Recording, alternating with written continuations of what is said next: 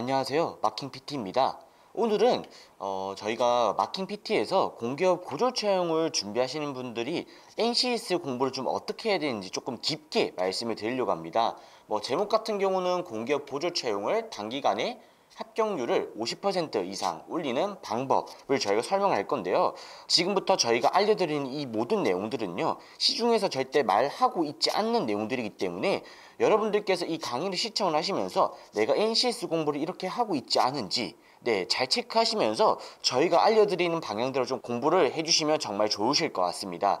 그 다음에 저희 마킹 PT의 지금 NCS 공부를, 전공 공부를 좀 어떻게 해야 되냐 이런 말씀을 많이 하시는데 저희가 이 부분도 정말 자세하게 다룰 거기 때문에 조금만 시간을 내서 집중해서 들어주시면 감사드리겠습니다. 여러분들이 이 강의를 듣고 나서 정말로 합격률이 50% 저는 올라갈 수 있다라고 생각을 하고 있습니다. 간단하게 목차부터 말씀드리겠습니다. 첫 번째로는 저희는 공기업 출제 대행사를 고졸 채용 기준으로 저희는 완벽하게 분석을 했고요. 이거를 정말 간략하게 말씀드리려고 합니다. 두 번째로는요, 고졸 채용 NCS 유형 분석을 말씀드릴 거고요. 세 번째로는요, NCS 공부를 좀 어떻게 공부해야 되는지, 저희 마킹 PT에서 지금 NCS 공부를 좀 어떻게 진행을 하고 있는지도 제가 간략하게 말씀드릴 거기 때문에요. 이 1번과 2번, 3번 모든 항목이 중요하니까요. 집중하고요. 혹시나 내가 적어야 될 내용이 있다면 여러분들이 꼼꼼하게 암기하시고 적어 가시면 될 것 같습니다. 빠르게 넘어가 보도록 하겠습니다. 일단은 저희 마킹 PT를 알고 계신 분들은 아시겠지만 모르시는 분들이 계실 것 같아서 저희 소개를 정말 간략하게만 하고 넘어가도록 하겠습니다.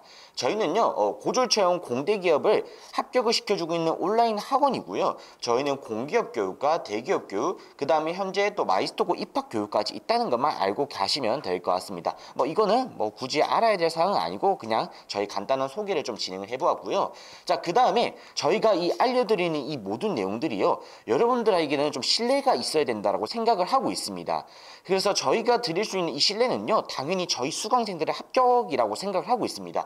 이거 같은 경우는요, 저희가 2023년도부터요 24년도 이 1년 기간의 사이 동안 저희가 최종 합격과 필기 합격을 시킨 기업들이고요. 한번 여러분들이 가고 싶은 기업이 있다면 한번 보시고요. 몇 명을 보내는지도 한번 확인해 보셔도 좋을 것 같습니다. 저희가 현재 에너지 공기업 기준으로는요, 정말 많이 보내고 있기 때문에 그래도 내가 한국전력공사, 한국가스공사, 전기직, 기기직을 준비한다라고 하면 저희를 정말 많이 하실 것 같고요. 그리고 현재 사무직으로도 저희가 정말 많이 합격을 시키고 있습니다. 그래서 사무직과 에너지 공기업의 이 저희가 통합적인 NCS 내용을 설명드릴 거고요. 사무직 분들도 열심히 들으시면 사무직 공기업에서 정말 좋은 성과가 나올 거라고 생각을 하고 있습니다. 이 정도 합격시켰으니까 어느 정도 저희가 드리는 말씀에 좀 신뢰가 있을 거라고 생각이 듭니다. 그리고 저희 이 모든 내용들은요, 저희 홈페이지 가시면 정말 많은 내용들이 있기 때문에요. 여러분들이 궁금하신 부분이 있다면 저희 홈페이지와 카카오톡 채널을 좀 살펴보시면서 궁금한 문제들을 좀 해결해 나가셔도 정말 좋을 것 같습니다. 일단은 저희가 빠르게 본론으로 좀 들어가 보도록 하겠습니다. NCS 중요성이 중요합니다. 첫 번째로 저희가 중요한 거는요, NCS와 전공 과목을 보는 기업들입니다. 그 두 번째로는요, NCS만 보는 기업들이 있습니다. 저희가 이 첫 번째 유형 같은 경우는요, 평균적으로 어떤 기업들이 있냐면요, 다들 아시다시피 5대 발전들이 있습니다. 5대 발전들이 있고요. 그 다음에 가스 계열 기준으로 가스공사와 그 다음에 가스 기술공사가 있고요. 그 다음에 한정 계열의 자회사들인 KPS, KDN, 그리고 인기가 많은 지역 난방공사 도 있을 수 있겠네요. 그 다음에 한 가지 더 생각을 해보면요, 전공을 보는 철도 공기업 중에서는요, 국가철도공단이라고 국철공이라고 부르고 있죠. 국가철도공단까지 좀 있다라고 생각하시면 되고요. 이 기업 말고도 찾아보시면 조금 더 많은 기업들이 있을 수 있습니다. 이 부분은 함께 알고만 가시면 될 것 같고요. 그냥 NCS만 보는, 그러니까 전공을 보지 않고 NCS만 딱 50문제, 70문제 이렇게 보는 기업들이 있습니다. 대부분 이 NCS만 보는 기업들은 사무직도 많은데요. 한번 적어볼게요. 허그라고 하면 주택도시보증공사라 부르고 있고요. 그 다음에 캠코, 한국자산관리공사가 있을 수도 있겠고요. 그 다음으로는 어떤 게 있을까요? 한국전력공사도 있고요. 다음으로는 정말 많은 기업들이 있습니다. 안전보건공단도 있을 수 있고요. 이렇게 안전보건공단도 있을 수 있기 때문에 여러분들이 이 많은 기업들, NCS만 보는 기업들을 조금 알고 가시면 될 것 같고요.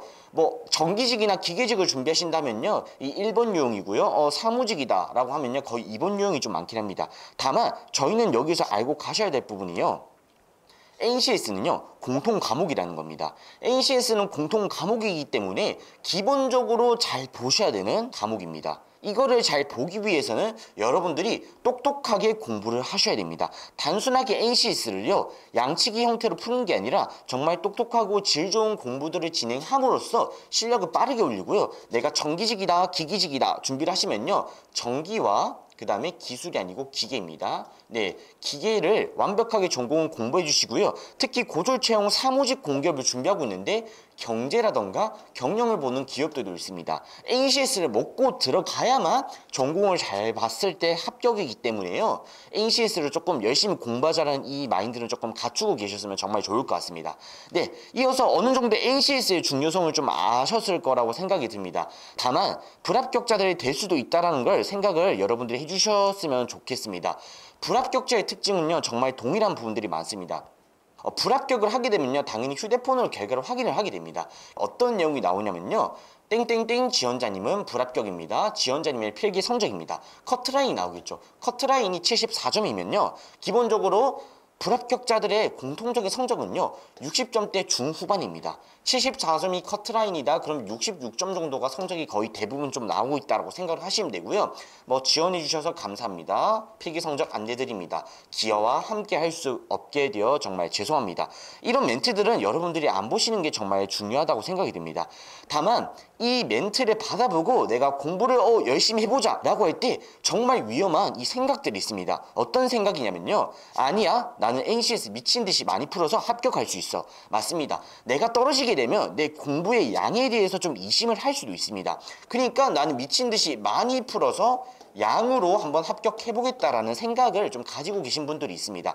여기서 또 하나 말씀드리고 싶은 게요, 기본적으로 아시는 지인분이나 친구, 선배분들이 공기업을 최종 합격을 하고 본인이 합격했던 방법을 그대로 알려줘서 그 밑에 있는 학생들이 떨어지는 경우들이 많습니다. 이거는 왜 그러냐면요, 그 학생이 기본적으로 NCS를 타고 났을 수도 있습니다. 다만 그 타고 났던 학생들이 어차피 합격할 운명이었던 거를요, 그 공부 방법을 그대로 이어받아서 해버리면요, 본인에게 맞지 않을 수도 있다는 겁니다. NCS 공부를 하실 때는요, 절대 질보다 양, 이 얘기는 조금 믿지 않아 주셨으면 하고요. NCS를 공부할 때 남의 이야기를 듣는 게 아니라 많이 합격시켰던 그 사람의 이야기를 듣는 게 이 강의를 시청하신 분들께서도 조금 더 신뢰가 있으실 거고요. 조금 더 정확한 방법입니다. 저희는 NCS를 정말 어떻게 공부해야 빠르게 합격할 수 있는지를 정말 많이 분석하고 공부를 하기 때문에요, 저희가 지금부터 알려드리는 내용은요, 조금만 더 집중해서 들어주셨으면 합니다.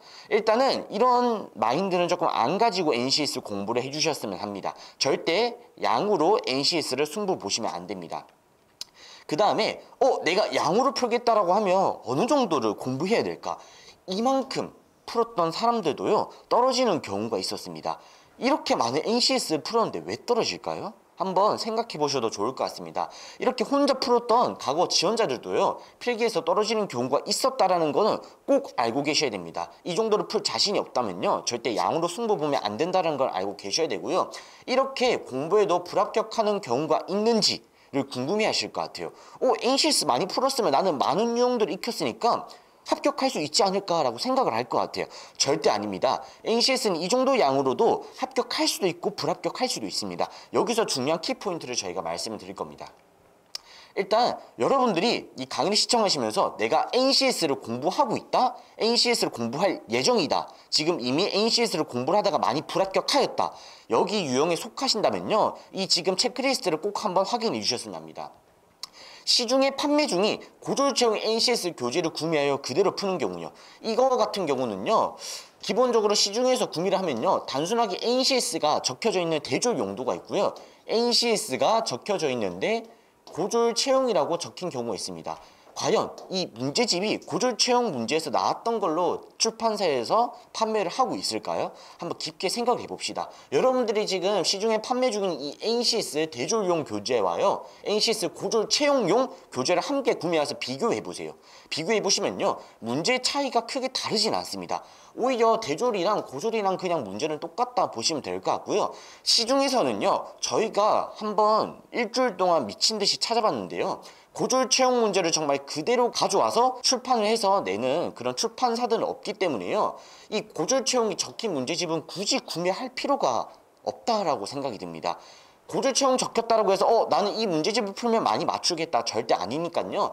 이런 교재는 좀 그만 구매를 하시고요. 여러분들이 얘가 부족한 유형을 체크하는 그 스킬업을 좀 해주셨으면 합니다. 두 번째, 단순 봉투 모의고사만 풀이 진행하며 오답하는 경우. 저는 여러분들이 이 내용을 보시면서 2번에 대한 내용이 정말 가장 많을 거라고 생각이 듭니다. 단순하게 봉투 모의고사만 풀이 진행하고 오답하는 경우는요, 합격할 수 없습니다. 학교에서 나눠주는 경우도 있습니다. 학교에서 일주일에 한 번, 한 달에 한 번씩 이렇게 봉투 모의고사를 나눠주고 이거를 풀이해라, 그리고 오답해라 라고 하는데, 오답 어떻게 하는지는 알고 계신가요? 오답은요, 단순하게 봉투 모의고사를 풀어보고 오답을 하는 게 아니라요, 봉투 모의고사를 풀어보고 내가 틀렸던 문제들을요, 다른 문제집들을 찾아가면서 유형을 메꾸는 게, 그게 오답인 거예요. 여러분들이 풀었던 봉투 모의고사가 과연 고졸채용 실전 시험에서 그대로 나올 거라고 한 번쯤은 생각을 해보셨나요? 그런 생각을 하신다면요, 여러분들의 공부 방법을 조금씩 바꾸어 나가주시는 게 정말 좋은 능력이라고 생각이 듭니다. 일단은 단순하게 봉투 모의고사만 풀어도 불합격할 확률이 높다는 거 알고 계시면 될 것 같고요. 필세 문제집을 구매하여 계속 풀이하는 경우가 있습니다. 요즘 공기업에서는요, 필세과 모듈형이 있습니다. 이 필세 문제 같은 경우는요, 양이 정말 적고요, 내용이 많이 나오진 않습니다. 그래서 미친듯이 필셋을 풀어도 불합격할 수밖에 없습니다. 필셋 문제가 안 나오는데 필셋 문제를 많이 풀고 내가 떨어지면 누구 책임일까요? 그거는 본인의 책임입니다. 그리고 필셋 문제집을 푼다라고 해서 성적이 가파르게 오르는 것도 아닙니다. 이거는요, 제가 간단하게 설명을 해드릴게요. 필셋을 모르시는 분들이 계실 것 같습니다. 일단 기본적으로 필셋이 어떤 종류가 있는지 먼저 말씀드리겠습니다. 자, 필셋이라고 하면요, 무슨 과목이 있는지는 알고 계셔야 될 것 같습니다. 첫 번째로는요, 어떤 과목이 있냐? 언어 논리라는 과목이 있습니다. 언어 논리라는 과목이 있고요. 두 번째로는요, 자료 해석이라는 과목이 있습니다. 자료 해석이라는 과목이 있고요. 세 번째로는요, 상황 판단이라는 과목이 있습니다. 상황 판단입니다. 네, 이 과목을 공부하실 때요, 가장 중심적으로 해주셔야 되는 과목이 있습니다. 어떤 과목을 중심적으로 해주셔야 되냐? 자료 해석입니다. 자료 해석은요, 필세시기 전에 NCS 자체에서도 원래 문제가 많이 나오고 있는 그런 도표를 확인하는 수리형 문제입니다. 수리형 문제이기 때문에 이 문제 같은 경우는 그래도 필세 공부를 한다라고 하면요, 자료 해석 교재만 따로 구매해서 풀어주시는 게 훨씬 효율이 높습니다. 다만 여기서 필셋이라고 하면요, 많이 어려운 게 언어 논리와 상황 판단이 정말 어렵습니다. 이 언어 논리 같은 경우는요, NCS 이사소통에서 좀 나올 수 있고요. 상황 판단 같은 경우는요, 문제 해결 또는 자원관리에서 나올 수 있는 그 문제들입니다. 이 1번과 3번 언어 논리와 상황 판단 같은 경우는요, 문제 난이도가 너무 어렵고요. 풀어보신 분들은 아실 거예요. 내가 지금 이거를 왜 풀고 있는지 모르겠다라는 생각이 들 정도로 난이도가 어렵습니다. 다만 한 번씩 NCS 공기업 시험에서 언어 논리와 상황 판단의 유사한 문제들이 한 번씩 출제되는 경우가 있어서, 그런 한 문제 나온 걸로 계속 이 언어 논리와 상황 판단을 공부하시면서 여러분들 시간을 조금 낭비하시는 거는요, 조금 문제가 있다라고 생각이 듭니다. 어차피 나와봤자 자료 해석이 잘 나오기 때문에 자료 해석만 조금 집중적으로 공부해 주시면 여러분들이 정말 좋은 성과를 빠르게 낼 수 있을 것 같습니다. 다음으로는요, 통합 기본서만 풀이하면 NCS 과목의 중요성을 모르는 경우가 많습니다. 요즘 2024년도 하반기 기준으로요, 저희가 정말 많은 공기업을 합격시키다 보니까 많은 수강을 좀 희망하시는 분들이 연락이 오십니다. 저희가 NCS 난이도를 좀 체크하기 위해서 NCS 공부를 지금 현재 어떻게 하고 있냐라고 여쭤보면요, 단순 봉투 모의고사만 풀고 있다? 필세 문제집 학교에서 풀으라고 해서 풀고 있다? 특히 통합기본서를 아직 풀고 있는 경우가 있다라고 합니다. 통합기본서는요, 기본적으로 10과목이 함축돼서 조금 두툼한 교재로 나가고 있습니다. 이 교재 같은 경우는요, 최소 일주일 안에 다 푸셔야 되는 문제입니다. 이거를 한 달 동안 풀고 있는 거는요, 정말 아무런 도움이 되지 않습니다. 혹시나 보고 계신데 통합기본서를 내가 보고 있어서 조금 찔렸다라고 하시는 분들이 계시면요, 이 일주일 안에 빠르게 다 풀고요, 다른 교재로 넘어가 주시는 걸 강력하게 추천드립니다. 네, 일단은 이렇게 공부하면 저희가 100건을 풀어도 떨어진다라고 말씀드렸고요. 한번 저하고 깊은 생각을 나눠보셔야 될 것 같습니다. 모든 NCS 문제 유형이 있다라고 저희가 가정을 해보겠습니다. 이거를 저희가 검은 색깔 테두리로 저희가 체크를 해보겠습니다. 다만 여기서 여러분들이 공부하는 범위가 있을 거예요. 이 많은 문제들이 있을 때 여러분들께서 모든 문제를 다 완벽하게 분석하지 못하는 거예요. 그건 어쩔 수 없고요. 취업을 준비하는 준비생 입장으로서는 시간이 너무 제한적인 게 정말 아쉽습니다. 그래서 나는 열심히 공부를 했어요. 본인의 공부 범위를 한번 확인을 해보시면 될 것 같아요. 그 다음에 나는요, 이 정도만큼의 공부를 진행을 했는데요, 실제 시험에서 출제되는 범위는요, 이 정도의 범위만 출제가 됩니다. 그러면 저희가 한번 교집합을 한번 확인해 보면요, 내가 공부하고 시험에서 나눈 공부를 공통적으로 해서 내가 공부했던 내용이 시험에서 출제됐다라고 하는 비중은요, 이 정도밖에 되지 않습니다. 이게 정말 큰 문제라는 거예요. 그러면요, 이 정도의 교집합밖에 차이가 나지 않는다고 하는 거는요, 여러분들이 실제 시험에서 공부를 좀 올바르게 하지 못했다라는 걸 알 수 있고요, 여러분들은 조금 더 많은 노력을 해주셔야 됩니다. 어떤 노력을 해야 되냐? 본인의 공부 범위를요, 시험에서 출제될 수 있는 범위까지 많이 만들어 주시는 거예요. 그러면 나는 시간이 제한적인데 뭐 어떻게 이렇게 시험에 출제되는 범위를 공부를 하라는 거야 라고 하면요, 첫 번째 오늘 말씀드렸죠, 출제 대응사를 분석하시면 완벽하게 이 정도의 범위까지 여러분들이 공부를 해서 높은 성적을 얻을 수 있습니다. 어느 정도 이해가 되셨으리라 생각을 하고 있습니다. 여러분들은 본인이 공부하는 범위, 시험에서 출제되는 범위를요, 많이 함께 공부를 해서 내가 공부한 게 시험에서 많이 출제될 수 있도록 앞으로 노력을 해주시면 됩니다. 이거를 알기 위해서는 여러분들이 출제 대응사를 완벽하게 분석을 해주시면 됩니다. 저희가 어떻게 분석을 해왔는지도 같이 말씀을 바로 빠르게 드리도록 하겠습니다.